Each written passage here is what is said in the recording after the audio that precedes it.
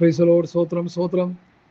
റോമാലേഖനം 12-ാം അധ്യായത്തിൻ്റെ 2-ാമത്തെ എപ്പിസോഡിലേക്കാണ് നമ്മൾ വന്നിരിക്കുന്നത്. അപ്പോൾ ദൈവം പണ്ട് ഭാഗമായി വിവിധമായി പ്രവാചകന്മാർ മുഖാന്തരം പിതാക്കന്മാരോട് അരുളി ചെയ്തിട്ട് ഈ അന്ത്യകാലത്ത് പുത്രൻ മുഖാന്തരം നമ്മോട് അരുളി ചെയ്തിരിക്കുന്നു. അവനെ താൻ സകലത്തിലും അവകാശിയാക്കി വെച്ചു. അവൻ മുഖാന്തരം ലോകത്തെയും ഉണ്ടാക്കി. അവൻ്റെ തേജസ്സിൻ്റെ പ്രഭയും തത്വത്തിൻ്റെ മുദ്രയും സകലത്തെയും തൻ്റെ ശക്തിയുള്ള വചനത്താൽ വഹിക്കുന്നവനുമാകൊണ്ട് പാപങ്ങൾക്ക് പരിഹാരമുണ്ടാക്കിയ ശേഷം ഉയരത്തിൽ മഹിമയുടെ വലത്തുഭാഗത്ത് ഇരിക്കുകയും അവൻ ദൈവദൂതന്മാരെക്കാൾ വിശിഷ്ടമായ നാമത്തിന് അവകാശിയായതിന് ഒത്തവണ്ണം അവരെക്കാൾ ശ്രേഷ്ഠനായി തീരുകയും ചെയ്തു. ഞാൻ മുമ്പെന്താ പറഞ്ഞത്? ലംഘനം ക്ഷമിച്ചും പാപം മറച്ചു ന്യായപ്രമാണം. പുതിയ നിയമം വന്നപ്പോൾ എന്ത് ചെയ്തു? പാപങ്ങൾക്ക് പരിഹാരമുണ്ടായി. എങ്ങനെ? ലോകത്തിൻ്റെ പാപത്തെ ചുമക്കുന്ന ദൈവത്തിൻ്റെ കുഞ്ഞാട് അറുക്കപ്പെട്ടതിലൂടെ. അപ്പോൾ നമ്മൾ ചിന്തിച്ചത് റോമർ 12-1 സഹോദരന്മാരെ, ദൈവത്തിൻ്റെ മനസ്സിൽ ഉറപ്പിച്ച് നിങ്ങളെ പ്രബോധിപ്പിക്കുന്നത്, നിങ്ങൾ ബുദ്ധിയുള്ള ആരാധനയായി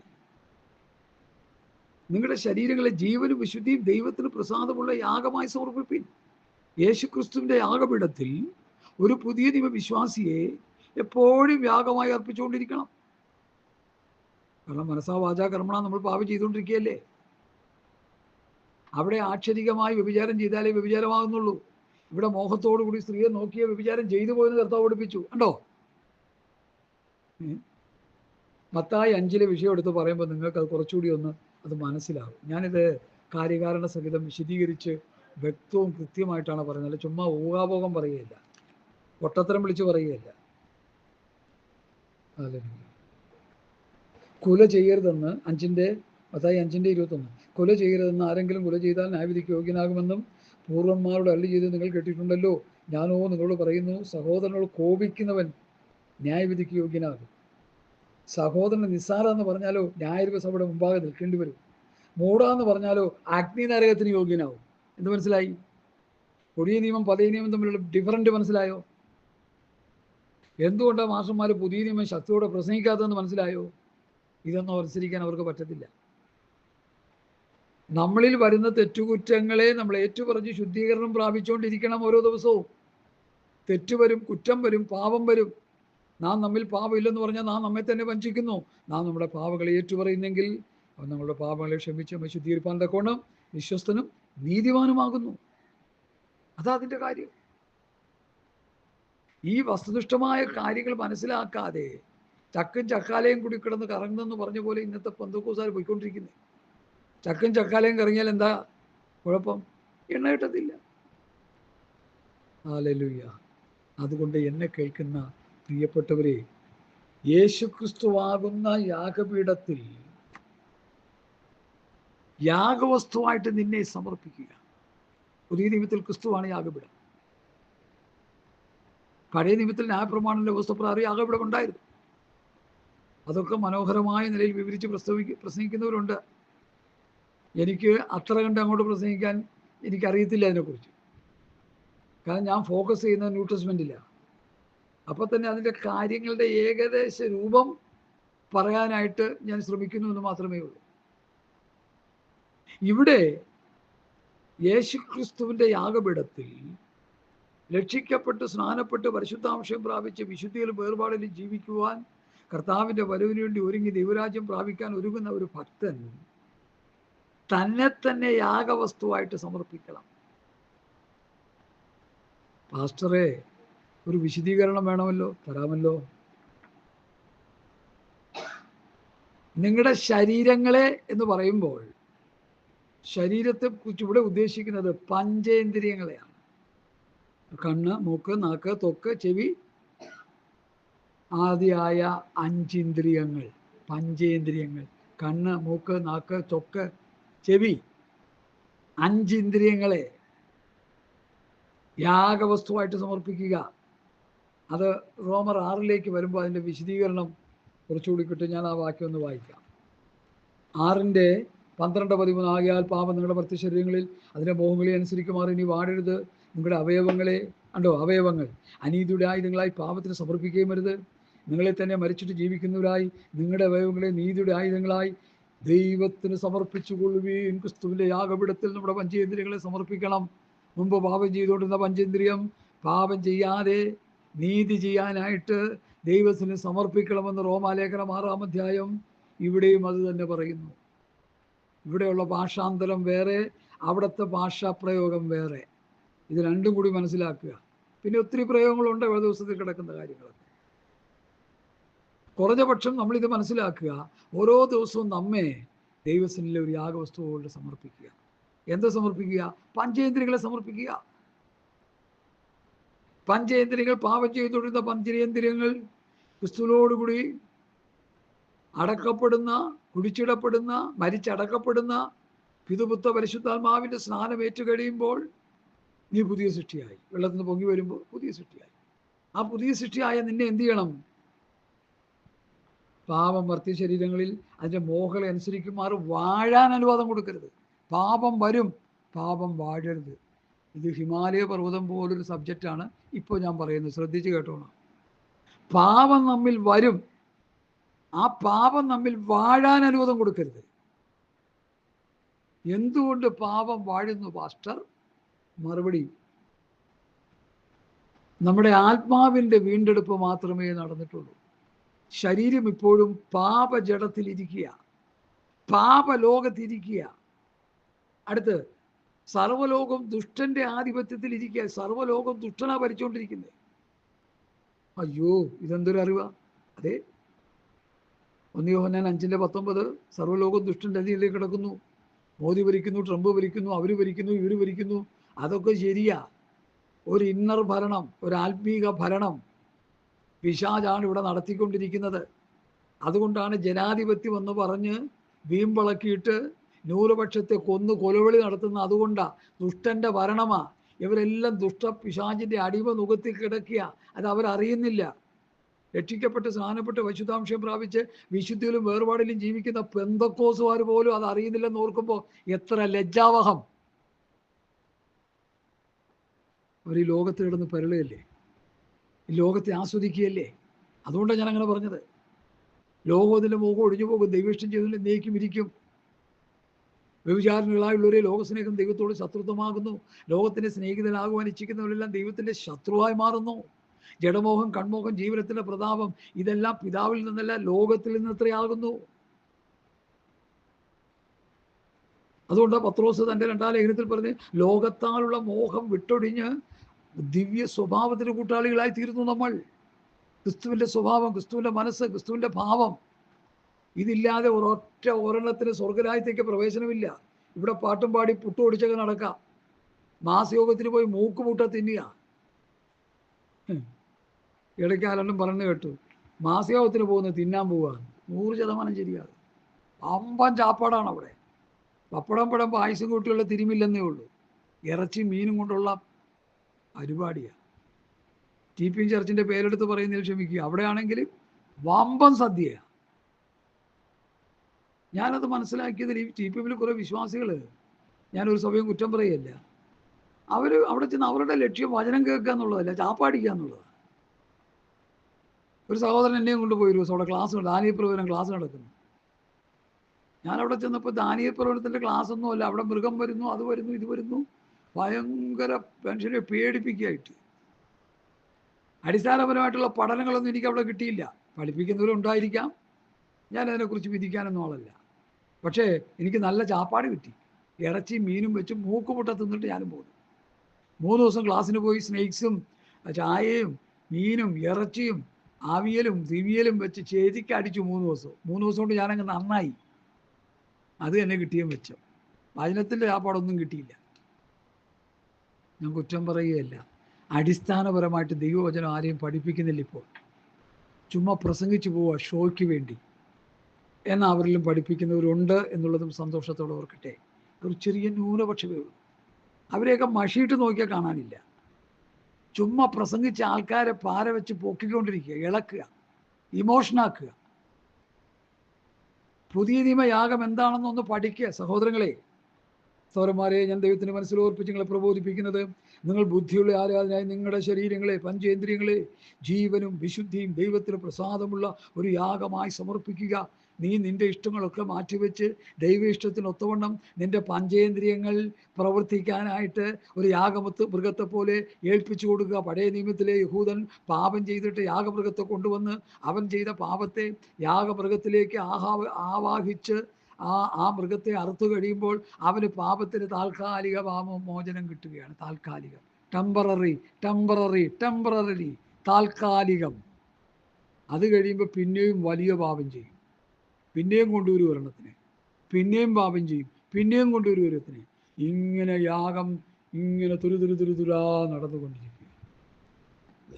അതിനെക്കുറിച്ച് പൗലോസ് പറയുന്ന ഒരു ഭാഗം എൻ്റെ ഹൃദയത്തിലേക്ക് വരിക. അത് നിങ്ങളെ ഒന്ന് ഗ്രഹിപ്പിച്ചിട്ട് മുമ്പോട്ട് പോകാനാണ് കർത്താവിൻ്റെ കൃപയിൽ ശരണപ്പെടുന്നത്. ആ യാഗത്തെക്കുറിച്ച് പറയുന്നത്, ഹല്ലേലൂയ, ന്യായപ്രമാണപ്രകാരം കഴിച്ചു വന്ന യാഗങ്ങളും വഴിപാടുകളും സർവാംഗ ഹോമയാഗങ്ങളും പാപയാഗങ്ങളും നീ ഇച്ഛിച്ചില്ല. റോമർ 10:8 മുതലാണ് ഞാൻ വായിക്കുന്നത്. പഠിക്കാനുള്ളവർക്ക് വായിച്ച് പഠിച്ചോണം. നീ ഇച്ഛിച്ചില്ല, അവയിൽ പ്രസാദിച്ചതുമില്ല എന്നിങ്ങനെ പറഞ്ഞ ശേഷം ഇതാ ഞാൻ നിന്റെ ഇഷ്ടം ചെയ്യുവാൻ വരുന്നു. അപ്പൊ ന്യായപ്രമാണത്തിലെ യാഗത്തിലൊന്നും ദൈവം പ്രസാദിച്ചില്ല, ഇച്ഛിച്ചില്ല. എന്നിട്ട് എന്ത് ചെയ്യുക? ഇതാ ഞാൻ നിന്റെ ഇഷ്ടം ചെയ്യാൻ വരുന്നു. പുത്രനെ കുറിച്ച് പറയുക. അവർ രണ്ടാമത്തിനെ സ്ഥാപിപ്പാൻ ഒന്നാമത്തിനെ നീക്കിക്കളയുന്നു. രണ്ടാമത്തെ ക്രിസ്തുവിന്റെ പ്രമാണം സ്ഥാപിപ്പാൻ ഒന്നാമത്തെ പ്രമാണമായ ന്യായപ്രമാണം നീക്കിക്കളയുന്നു. ഇനിയെങ്കിലും നമ്മുടെ തലയിലോട്ട് ഈ വാക്യങ്ങളൊന്ന് കയറട്ടെ. ആ ഇഷ്ടത്തിൽ നാം യേശുക്രിസ്തു ഒരിക്കലായി കഴിച്ച ശരീരയാഗത്താൽ വിശുദ്ധീകരിക്കപ്പെട്ടിരിക്കുന്നു. കണ്ടോ, ഏത് പുരോഹിതനും ദിവസേന ശുശ്രൂഷിച്ചും പാപങ്ങളെ പരിഹരിപ്പാൻ ഒരു നാളും കഴിയാത്ത അതേ യാഗങ്ങളെ കൂടെ കഴിച്ചുകൊണ്ട് നിൽക്കുന്നു. കണ്ടോ, യേശുവോ പാപങ്ങൾക്ക് വേണ്ടി ഏകയാഗം കഴിച്ചിട്ട് എന്നേക്കും ദൈവത്തിൻ്റെ വലത്തുഭാഗത്ത് ഇരുന്നു കൊണ്ട് തൻ്റെ ശത്രുക്കൾ തൻ്റെ പാതവിടമാകുമ്പോളം കാത്തിരിക്കുന്നു. ഏകയാഗത്താൽ അവൻ വിശുദ്ധീകരിക്കപ്പെടുന്നവർക്ക് സദാകാലത്തേക്കും സൽഗുണപൂർത്തി വരുത്തിയിരിക്കുന്നു. സദാകാലത്തേക്കും കർത്താവിൻ്റെ വരവുവരെയും കർത്താവ് വന്നതിന് ശേഷവും രൂപാന്തര ശരീരം കിട്ടിയതിന് ശേഷവും 1000 ആണ്ട് വാഴ്ച വരെയും പുതിയ ആകാശം പുതിയ ഭൂമി ചെല്ലുന്നത് വരെയും സദാകാലത്തേക്കും യേശു ക്രിസ്തു നമുക്ക് സൽഗുണപൂർത്തി വരുത്തിയിരിക്കുന്നു. ഇനി യാഗമായിട്ട് നാം നമ്മെ തന്നെ ക്രിസ്തുവിൻ്റെ യാഗപീഠത്തിൽ അർപ്പിച്ച് നമ്മുടെ പഞ്ചേന്ദ്രിയങ്ങളെ അർപ്പിച്ച് പഞ്ചേന്ദ്രിയങ്ങൾ പാപം ചെയ്യാതെ നീതി ചെയ്ത് വിശുദ്ധീകരണം പ്രാപിച്ച് തേജസ്കരണത്തിലേക്ക് നടത്തപ്പെടണമെന്ന വചനം. ഈ എപ്പിസോഡുകൾ നിങ്ങൾ 2-3 പ്രാവശ്യമെങ്കിലും കേൾക്കണം. കേട്ടാലേ എന്തെങ്കിലുമൊക്കെ പിടികിട്ടത്തുള്ളൂ, അല്ലെങ്കിൽ കിട്ടത്തില്ല. ഞങ്ങളിത് എത്രയോ പ്രാവശ്യം പ്രസംഗിക്കുകയും കേൾക്കുകയും ചെയ്തത് കൊണ്ടാണ് ഇത്ര ആധികാരികമായി ഈ വചനം പറയുന്നത്. അല്ലെ ചുമ്മാ ഒന്നുമല്ല. ഒരു പൊട്ടനെ പോലെ ഒന്നും അറിയാത്തവനായിരുന്ന ഒരു അജ്ഞാത കാലം എനിക്കുണ്ടായിരുന്നു. പാസ്റ്റർമാർ, ഡവറന്റുമാർ, ഡോക്ടർമാർ, സെൻട്രൽ ലോക്കൽ എല്ലാം കൂടി പ്രസംഗിച്ച് നടത്തിക്കൊണ്ടിരുന്ന ഒരു കാലഘട്ടം. Pentecost church of God, PJ ദാനിയേലിൻ്റെ സഭ. ആ സഭ കാലഹരണപ്പെട്ടു പോയി. അതുകൊണ്ട് ഞാനിത് പറയുന്നത്. ഇപ്പോഴുണ്ട്, പേരിന് മാത്രമേ ഉള്ളൂ. എല്ലാം പോയി, എല്ലാം നശിച്ച് നാമാവിശേഷമായി. ആത്മീയ നേതൃത്വങ്ങൾ മുഴുവൻ ചത്തൊടുങ്ങി. അങ്ങനെ പറയുന്നതിൽ ദൈവമക്കൾ ക്ഷമിക്കണേ. ആത്മീയ നേതൃത്വം എന്ന് പറയുന്ന നേതൃത്വം അതിനില്ലായിരുന്നു. ജഡീകന്മാരായ ഒരു നേതൃത്വമാണ്. നമ്മുടെ വേട്ടമല ബാബു ജോൺ പാസ്റ്റർ പറയുന്ന പോലെ ഇന്ന് നമ്മുടെ പ്രസ്ഥാനങ്ങളിൽ ആത്മീകരെന്ന് പറയുന്ന വരെ മഷീട്ട് നോക്കിയാൽ കാണാനില്ല. ആത്മീയ നേതൃത്വം നമുക്കില്ല. എല്ലാം ജഡീകന്മാരായിപ്പോയി. അതിന് കാരണങ്ങൾ പലതുണ്ട്, അതിലേക്കൊന്നും ഞാൻ പോകുന്നില്ല. അപ്പോൾ വിഷയത്തിലേക്ക് വരട്ടെ. അപ്പോൾ യേശുക്രിസ്തു തൻ്റെ ഏകയാഗത്താൽ അവൻ വിശുദ്ധീകരിക്കപ്പെടുന്നവർക്ക് സദാകാലത്തേക്കും സൽഗുണപൂർത്തി വരുത്തിയിരിക്കുന്നു. അത് കഴിഞ്ഞിട്ടുള്ള വിഷയം നിങ്ങൾ ഗ്രഹിക്കുന്നെങ്കിൽ ഗ്രഹിച്ചോ, ഞാൻ വായിക്കാം. അത് പരിശുദ്ധാത്മാവ് നമുക്ക് സാക്ഷീകരിക്കുന്നു. ഈ കാലം കഴിഞ്ഞ ശേഷം, ന്യായപ്രമാണ കാലം കഴിഞ്ഞ ശേഷം അവരോട് ചെയ്യുവാനിരിക്കുന്ന നിയമം ഇങ്ങനെയാകുന്നു: എൻ്റെ ന്യായപ്രമാണം അവരുടെ ഉള്ളിലാക്കി അവരുടെ ഹൃദയങ്ങളിൽ എഴുതും. 2 കൊരിന്ത്യർ 3-ാം അധ്യായം പഠിച്ചു വരുമ്പോൾ ന്യായപ്രമാണം കൽപ്പലകയിൽ എഴുതി, 3-ാമത്തത് ഹൃദയമെന്ന മാംസപ്പലകയിൽ എഴുതിയെന്ന് അവിടെയും പറയുന്നുണ്ട്. ഇവിടെ ഇതാ പൗലോസ് വിശദീകരിക്കുന്നു: എൻ്റെ ന്യായപ്രമാണം അവരുടെ ഉള്ളിലാക്കി അവരുടെ ഹൃദയങ്ങളിൽ എഴുതും എന്ന് കർത്താവിൻ്റെ അരുളപ്പാട്. എന്ന് അരുളി ചെയ്ത ശേഷം അവരുടെ പാവങ്ങളെയും അകൃത്യങ്ങളെയും ഞാൻ ഇനി ഓർക്കയില്ല എന്ന് അരുളി ചെയ്യുന്നു. ഹല്ലേലൂയ. എന്നാൽ ഇവയുടെ മോചനമുള്ളിടത്ത് ഇനിമേൽ പാപങ്ങൾക്ക് വേണ്ടി ഒരു യാഗവും ആവശ്യമില്ല. ന്യായപ്രമാണപ്രകാരമുള്ള യാഗമൊന്നും ആരും നടത്താൻ പോണ്ട. ഇന്നലെ ഞാനൊരു സഹോദരനോട് ചോദിച്ചു, ഇരുപക്ഷത്തെയും ക്രിസ്തുവിൽ ഒരു പുതുമനുഷ്യനെ ഒരേ പുതുമനുഷ്യനാക്കി സൃഷ്ടിച്ചു. അതിന് നടുവിൽ ഒരു നടിച്ചുവറുണ്ടായിരുന്നു. ആ നടിച്ചുവർ ആരിടിച്ചു കളഞ്ഞു എന്ന് ചോദിച്ചപ്പോ,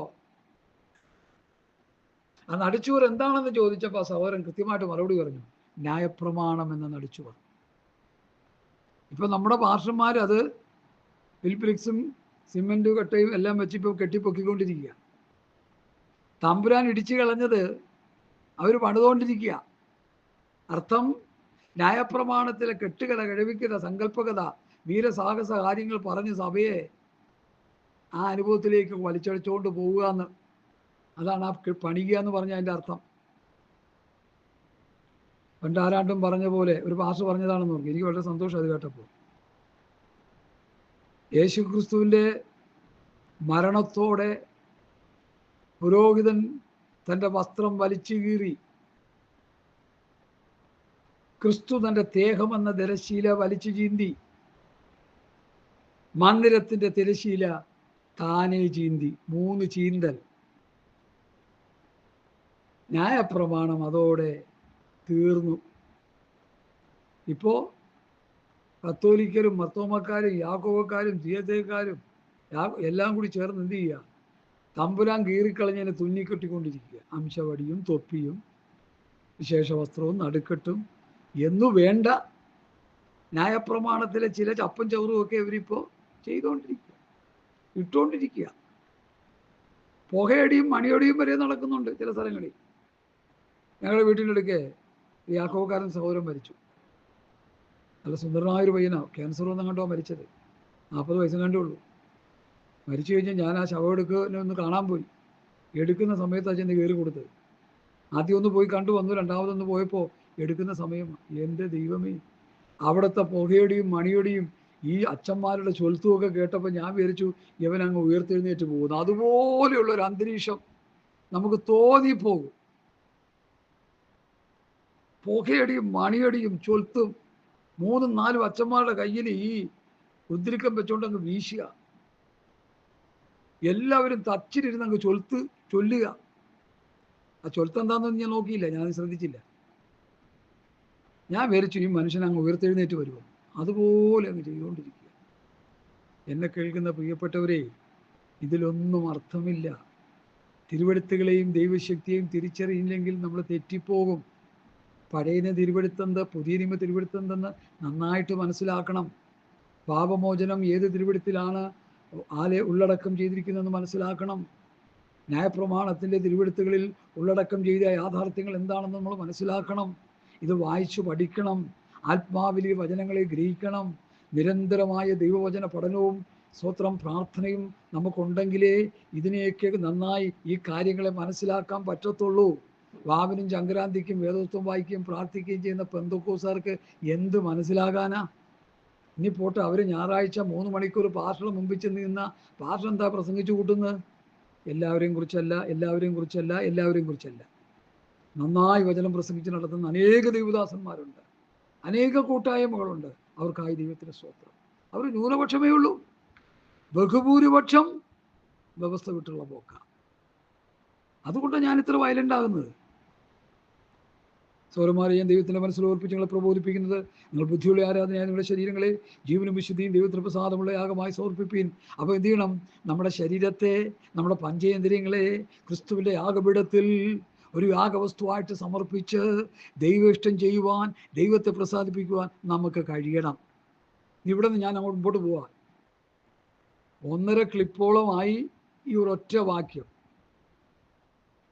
ഈ ലോകത്തിൻ്റെ അൻപുരാകാതെ നന്മയും പ്രസാദവും പൂർണ്ണതയുള്ള ദൈവഗീത പിന്നെ തിരിച്ചനിടയിൽ മനസ്സ് പുതുക്കി രൂപാന്തരപ്പെടുവിൻ. അപ്പോൾ ഈ ആത്മീയ യാഗം ക്രിസ്തുവിൻ്റെ യാഗപീഠത്തിൽ നമ്മുടെ പഞ്ചേന്ദ്രിയങ്ങളെ യാഗവസ്തുവായി സമർപ്പിച്ചതിന് ശേഷം അടുത്ത് ചെയ്യേണ്ടത്, ഈ ലോകത്തിന് അനുരൂപരാകരുത്. എൻ്റെ ദൈവമേ, ഈ ലോകത്തിന് അനുരൂപരാകരുത്. എന്താ ദൈവമക്കളെ നമ്മൾ ഈ കേൾക്കുന്നേ? സ്തോത്രം. പെന്തോക്കോസ്തുകാരെ, ഞാനും നിങ്ങളും നമ്മുടെ വേഷത്തിൽ, നമ്മുടെ സംസാരത്തിൽ, നമ്മുടെ ജീവിതത്തിൻ്റെ എല്ലാ തുറകളിലും ഈ ലോകത്തിന് അനുരൂപരാകാൻ പാടില്ല. ഹല്ലേലൂയ. ഈ ലോകത്തിന് അനുരൂപരാകാൻ പാടില്ല. ഈ ലോകത്തിന് അനുരൂപരായാൽ നമ്മൾ ആരായി മാറി? ക്രൂശിന്റെ ശത്രുക്കളായി മാറി. നന്നായിട്ട് മനസ്സിലാക്കണം.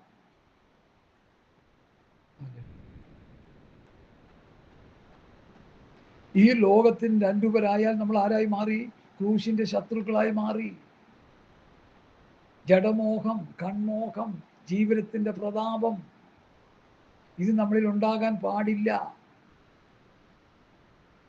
ഒത്തിരി മോഹങ്ങളെ താലോലിക്കുന്നവരാണ് ഞാൻ നിങ്ങളും. പാടില്ല.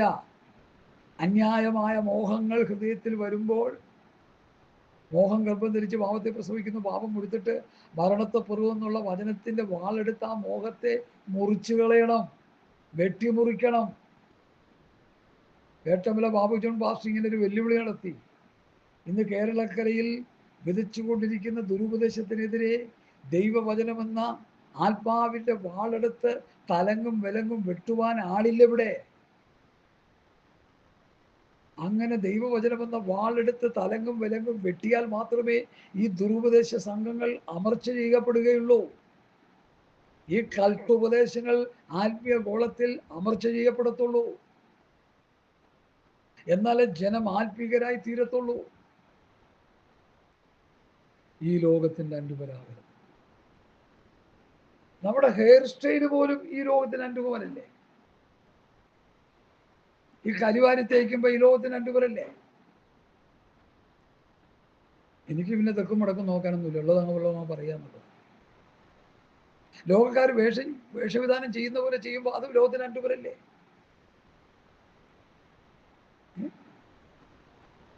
നരച്ച തല, ശോഭയുള്ള കിരീടം എന്ന് പറയുമ്പോൾ കിരീടത്തിൽ പെയിന്റ് അടിക്കുമ്പോൾ ഈ ലോകത്തിന്റെ അനുപരാഗയല്ലേ?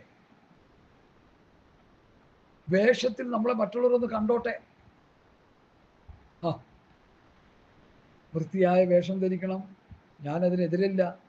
മറ്റുള്ളവർ നമ്മളെ കാണുമ്പോൾ അട്രാക്ഷൻ ഉണ്ടാകത്തക്ക നിലയിലുള്ള വേഷം ധരിക്കുമ്പോൾ അത് ലോകത്തിന് അനുപരാഗിയ.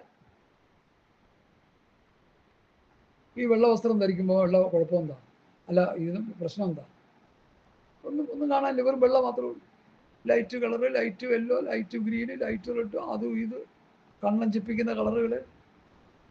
സൗകര്യമാർക്കാ കൂടുതലും അത്. എന്നിട്ട് വന്നിരുന്ന ആത്മാവിൽ ആരാധിക്കുന്നത് കണ്ടു കഴിഞ്ഞാൽ വേറെ ഒന്നും ഇല്ല, ഇവരെ പോലെ ഭക്തൻ എന്ന് നമുക്ക് തോന്നിപ്പോകും. കപടഭക്തിയാ മുഴുവൻ. ഇന്നത്തെ ആത്മീയ ഗോളത്തിൽ 90%, 95% കപടഭക്തിയാ. യേശു കർത്താവ് ഭൂമിയിൽ വന്നപ്പോൾ നിലനിന്ന മതമാണ് യഹൂദ മതം, യഹൂദ മതാനുസാരികൾ. ന്യായപ്രമാണം, വ്യവസ്ഥിതി, ന്യായപ്രമാണത്തിന്റെ വ്യവസ്ഥിതി പഠിച്ച് ജനത്തെ ന്യായപ്രമാണം പഠിപ്പിക്കേണ്ട ശാസ്ത്രിമാരെ, പരീക്ഷന്മാരെ കർത്താവ് വിളിച്ചത് എന്താ? അല്ലയോ മക്കളെ എന്നാണോ? മത്തായി 23-ാം അധ്യായത്തിലുണ്ടല്ലോ അവരെ എന്താ വിളിച്ചേ? ആർക്കും അതിനെക്കുറിച്ച് വ്യക്തമായ രൂപരേഖകളില്ല. സ്വത്രം. കപടഭക്തിക്കാരായ ശാസ്ത്രിമാരും പരീക്ഷന്മാരുമായുള്ളവരെ, ഓ ഹിപ്പോക്രൈറ്റ്സ്, കപടഭക്തി. കൈ കഴുകാതെ ഭക്ഷണം കഴിച്ച ശിഷ്യന്മാരെ രൂക്ഷമായി വിമർശിച്ച ശാസ്ത്രിമാരെയും പരീക്ഷന്മാരോടും കർത്താവ് എന്താ പറഞ്ഞ? നിങ്ങൾ പുറമേ വെടിപ്പാക്കുന്നു, അകം കല്ലറയാണ്, ചീഞ്ഞളിഞ്ഞ അവസ്ഥയാണെന്ന കർത്താവോട് പറഞ്ഞത്. പുറമേയുള്ള വേഷഭക്തി, വെള്ളയും വെള്ള ഇട്ടുകൊണ്ട് ഭക്തന്മാരാകത്തില്ല, വിശുദ്ധന്മാരാകത്തില്ല. അത് നല്ലതാണ്, ജീവിതവും കൂടി അതുപോലെ ഉണ്ടാകണം. ഹല്ലേലൂയ. ഞാൻ മുമ്പോട്ട് പോട്ടെ, സമയം ഒത്തിരി അതിക്രമിച്ചു പോയി. ഈ ലോകത്തിന് രണ്ടുപരാകാതെ നന്മയും പൂർണ്ണതയും പ്രസാദമുള്ള ദൈവഹിതം എന്നെ തിരിച്ചറിയേണ്ടതിന് മനസ്സ് പുതുക്കി രൂപാന്തരപ്പെട്ടുകൊണ്ടിരിക്കണം. മനസ്സ് പുതുക്കി രൂപാന്തരപ്പെട്ടുകൊണ്ടിരിക്കണം. റോമാലേഖനം 6-ാം അധ്യായത്തിൽ ആ പദം പറയുന്നുണ്ട്. സ്തോത്രം. ഞാനത് നിങ്ങളെ വായിച്ചു കേൾപ്പിക്കാം. റോമാലേഖനം 6-ാം അധ്യായം. Hallelujah, hallelujah. റോമാലേഖനം 6-ാം അധ്യായത്തിൽ അവിടെ പറയുന്നത് ശ്രദ്ധിച്ചു കേട്ടോ, ഞാനത് വായിച്ച് നിങ്ങളെ ഗ്രഹിപ്പിക്കാനായിട്ട് ശ്രമിക്കുക.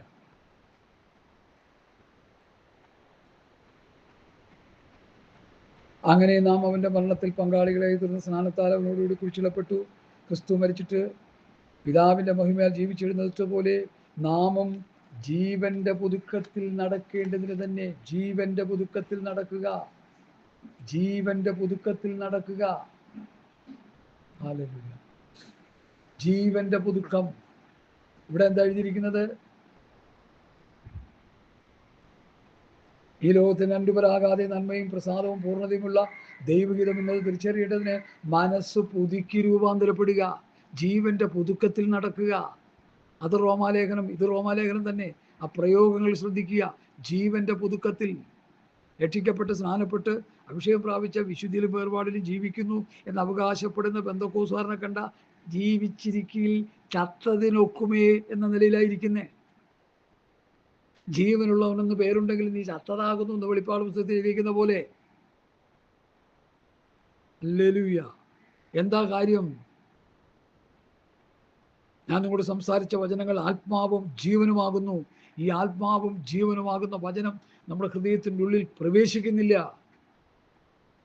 ഹല്ലേലൂയ. അങ്ങനെ ആത്മാവും ജീവനും നമ്മുടെ ഹൃദയത്തിൽ ഉണ്ടാകുന്നില്ല. ജീവനുണ്ടാകുവാൻ, സമൃദ്ധിയായ ജീവനുണ്ടാകാൻ അത്രയും ഞാൻ വന്നിരിക്കുന്നത്. ജീവന്റെ പുതുക്കത്തിൽ നടക്കണം. മനസ്സ് പുതുക്കി രൂപാന്തരപ്പെടണം.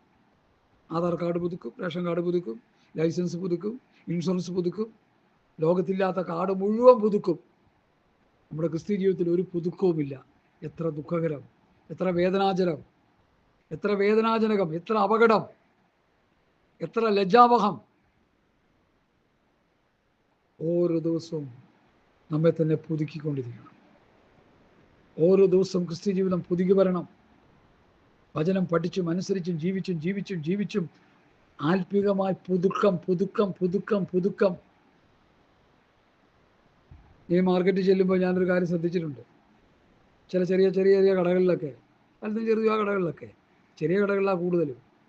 ഈ തക്കാളി, ഒരു കൊട്ട തക്കാളി ഉണ്ടെങ്കിൽ ആ കൊട്ട തക്കാളിയുടെ ആ പുറമേ ഇരിക്കുന്ന തക്കാളികൾ ഓരോന്നും എടുത്ത് തുണി കൊണ്ട് ഇദ്ദേഹം തുടച്ച് നല്ല പളവളാക്കി വെക്കും. നമ്മളെപ്പോലുള്ളവർ ചെന്ന് നോക്കാൻ നല്ല പളവളാന്നിരിക്കുന്ന തക്കാളി പൊടിയടിച്ച് ഒരു ഗുണമില്ലാത്ത നിലയിൽ കണ്ടു കഴിഞ്ഞാൽ ആരെങ്കിലും വാങ്ങുമോ? നല്ല പുതിയിരിക്കുന്ന പോലെ. അപ്പോൾ പോയി മേടിക്കും നമ്മൾ. ഓരോ തക്കാളി തുടച്ച് വയ്ക്കുന്ന ഞാൻ കണ്ടിട്ടുണ്ട്. ഓരോ ആപ്പിൾ തുടച്ച് വയ്ക്കുന്ന ഞാൻ കണ്ടിട്ടുണ്ട്. ഹല്ലേലൂയ. ഓരോ ഫ്രൂട്ട്സും പൊടിയെല്ലാം അടച്ച് വൃത്തിയാക്കി വെക്കുന്ന കണ്ടിട്ടുണ്ട്.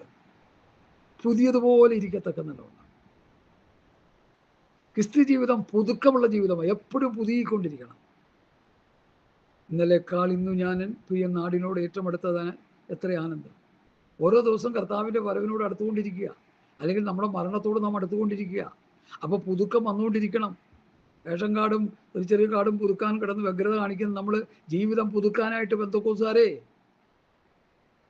നമ്മൾ തയ്യാറാകണം ഈ ദിവസങ്ങളിൽ. അല്ലെങ്കിൽ കർത്താവിൻ്റെ വരിൽ പോകാൻ പറ്റിയെന്ന് വരില്ല. അതുകൊണ്ടാണ് ഞാനിത് പറയുന്നത്. ഹല്ലേലൂയ. ദൈവഹിതം ഇന്നതെന്ന് തിരിച്ചറിയേണ്ടതിന് ഉണ്ടോ? അതുകൂടി ഇന്ന് മനസ്സിലാക്കണേ. ലോകത്തിന് അൻപുപ്രകാരം ജീവിച്ച് നന്മയും പ്രസാദവും പൂർണ്ണതയുമുള്ള ദൈവഹിതം, ദൈവത്തിൻ്റെ ഹിതം തിരിച്ചറിയണം. ദൈവത്തിൻ്റെ ആലോചന തിരിച്ചറിയണം. പ്രവൃത്തി പുസ്തകത്തിൽ പൗലോസ് പറയുന്നൊരു പദമുണ്ട്, ലൂക്കോസ് പറയുന്നൊരു പദമുണ്ട്.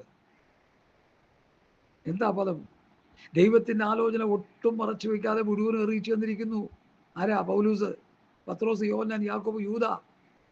അപ്പോസ്തലന്മാർ ദൈവത്തിൻ്റെ ആലോചന മുഴുവനും അറിയിച്ചു തന്നിരിക്കുക. ഇപ്പൊ കള്ളപ്രവാചകന്മാരുടെയൊക്കെ പ്രവാചനം കേൾക്കാൻ നടക്കുക. നിന്നെ കിട്ടാൻ കാത്തിരിക്കുക. അവർ നിന്റെ പേഴ്സായിരിക്കും ആദ്യം കീറുന്നത്. ദൈവത്തിൻ്റെ ആലോചന വചനത്തിലുണ്ട് സഹോദരങ്ങളെ.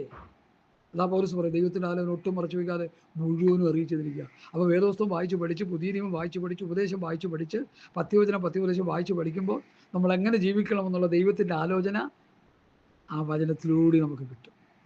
അങ്ങനെ പ്യുവർ വചനം അനുസരിച്ച് ജീവിക്കുന്നവരാ പുതുക്കം പ്രാപിച്ചു പോകുന്നു. പ്രവാചകന്മാരുടെ കള്ളപ്രവചനം കേട്ടുപോയാൽ നിന്റെ ചീട്ട് കീറിയത് തന്നെ. ചീട്ട് ആരാ കീറുന്നത്? സാത്താനാ കീറുന്നല്ല, വേറെ ആരാ? പ്രവാചകനിലൂടെ. സത്യസന്ധമായി പ്രവചിക്കുന്ന പ്രവാചകന്മാർ ഇല്ലേന്ന് ചോദിച്ചാൽ ഉണ്ട്. ഇന്ന് 99.3% പിഴച്ച പ്രവാചകന്മാരാ, പണം ഉണ്ടാക്കാൻ നടക്കുന്നവരാ, കുടുംബം കലക്കികളാ, തമ്മിൽ തല്ലുന്നവരാ.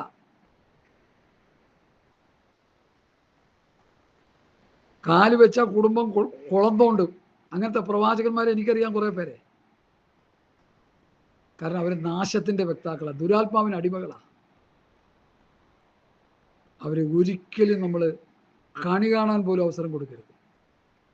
ദൈവകൃപ നഷ്ടപ്പെടുത്തിയവർ, പഥ്യവചനം പഥ്യോപദേശം വിട്ടുകളഞ്ഞവർ, ദുരുപദേശത്തിൻ്റെ അടിമച്ചങ്ങലിൽ കെട്ടപ്പെട്ടവർ. ഹല്ലേലൂയ. ഞാൻ ആ ഭാഗത്തു നിന്ന് മുമ്പോട്ട് പോവുകയാണ് പ്രിയമുള്ളവരെ.